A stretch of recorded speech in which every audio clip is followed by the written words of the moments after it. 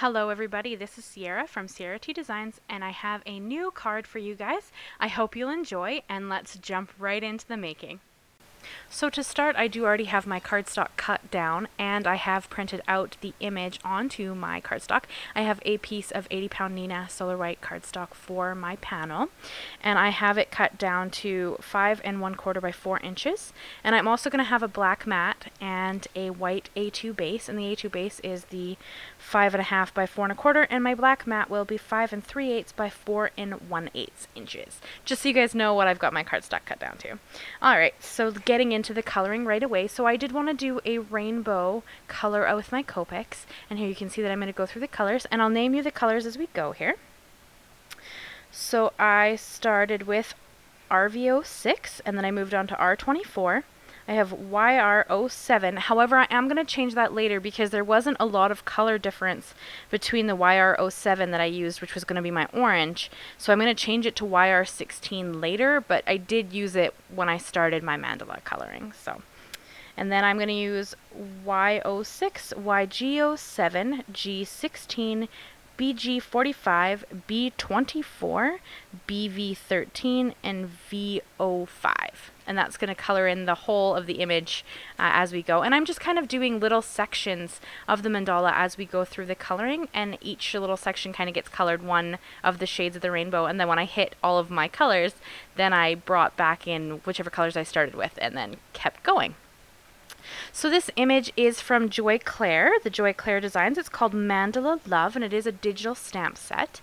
And the Happy Birthday is also a digital stamp set, but that one is Clair Designs Floral Friendship digital stamp set. And everything that I use will be linked and listed down below, so you can go and check it out in the store. There's a lot of great digital images that you can go and take a look at. So we're going to keep going through the rainbow. Here we're into the blues. And I did use Photoshop to lay out my images and kind of lay out how I wanted the card to look.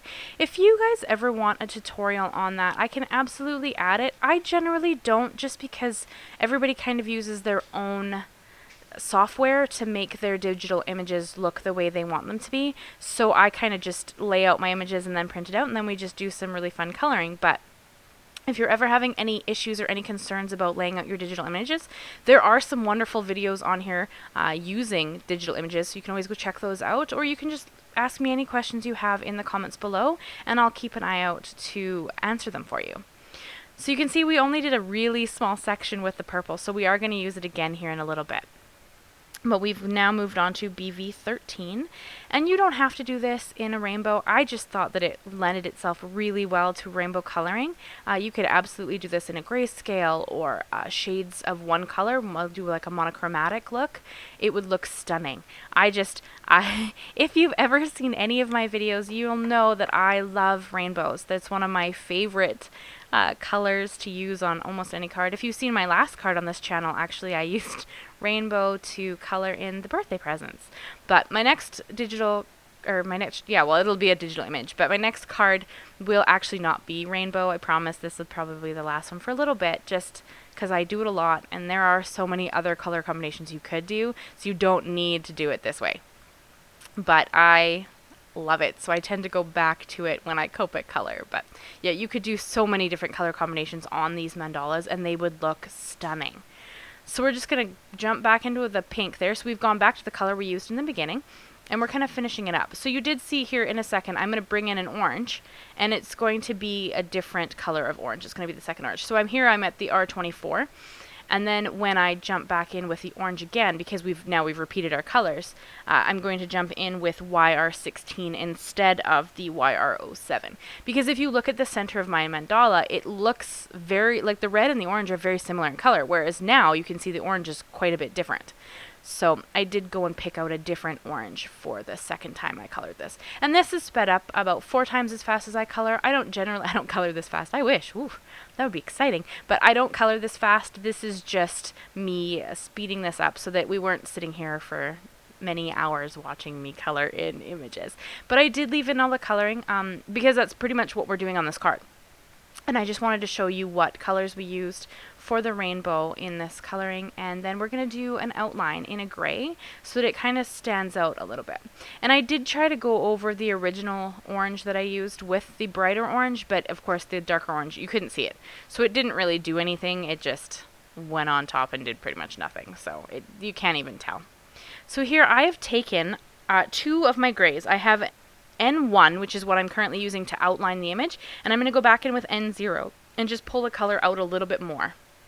And this just kind of adds a little bit of depth to the mandala. It makes it look more like it's standing off of the cardstock, which I think just kind of adds a really cool dimension and depth to the image when it's already such a stunning color. And it's a very subtle like it's not meant to stand out. It's not meant to create a whole bunch of shadowing, but it does give it a little bit and just adds some depth and dimension to my images. And that just kind of makes the rainbow colors even more pop off of the page.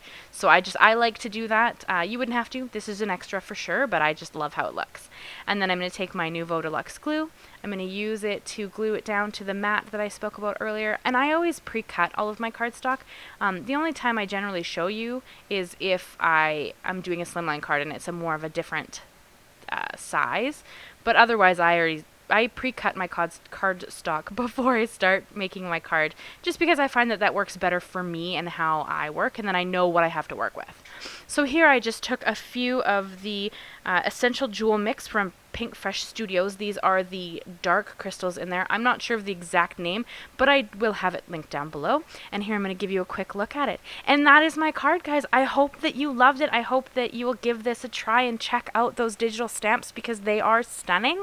And I cannot wait to see you again. Please leave a comment and a like if you enjoyed this video and consider subscribing. Thank you so much, guys, and I'll see you again soon.